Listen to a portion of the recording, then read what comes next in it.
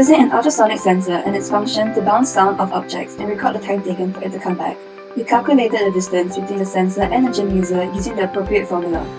We also added a median filter so that in the event that the ultrasonic sensor gives a false positive, it's more likely to be discarded as the median value of 7 samples is taken.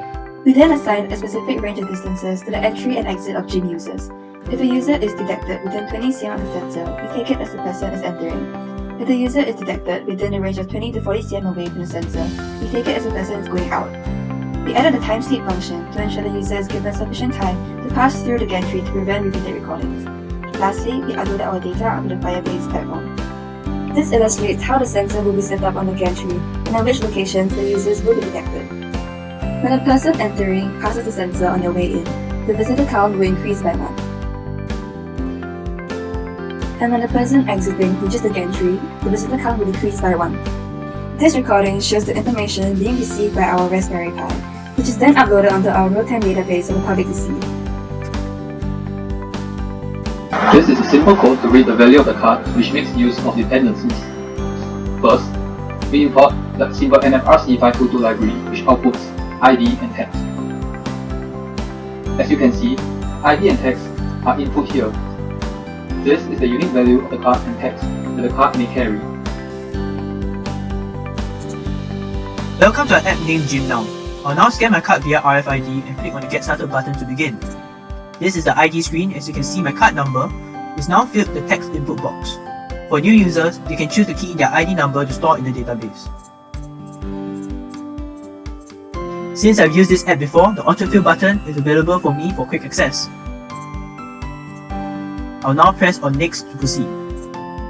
Now in the machine screen, there are 3 available gym machines to choose from. I'll choose deadlift and click on Next to proceed.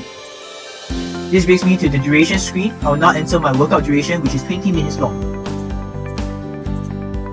This finally brings me to the queue screen. I can click on the display queue button, where my queue sequence is displayed. It shows me my position in the queue, as well as my expected start time and end time for my workout. I can click on the home icon in the upper right corner to return to the home page.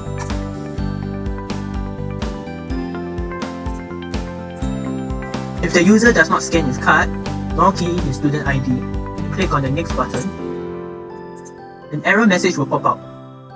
If the user does not choose his gym machine and click on the Next button, an error message will appear. If the user does not enter a duration or enters 0 for his duration or enters a value more than 20, the same error message will pop up if the user has made a previous or concurrent booking and upon coming to this page enters his duration. He will also receive an error message. Gym user is a custom class that we've created. When users make bookings, they are created as objects and have these properties. This class is also a parent class for Kivy screens so that these class variables can be accessed at the different screens. It is like a memory space for our Kivy app. When a booking is made, the user is added into the gym user booking dictionary as an object. Each machine has its own booking list. Each item in the list corresponds to a user. The users are arranged according to their start time with the earliest booking first. We have a database to store the profiles of past users. Their SUTD IDs are tagged to their card numbers to allow for autofill function and added security. We have 2 functions to check for the previous bookings and concurrent bookings.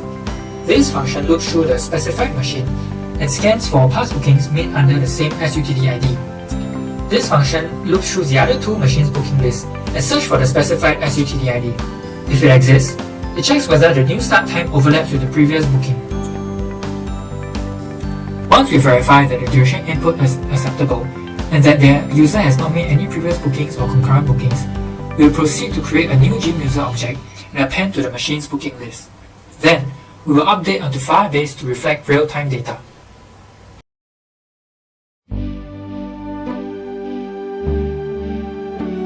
GymNow.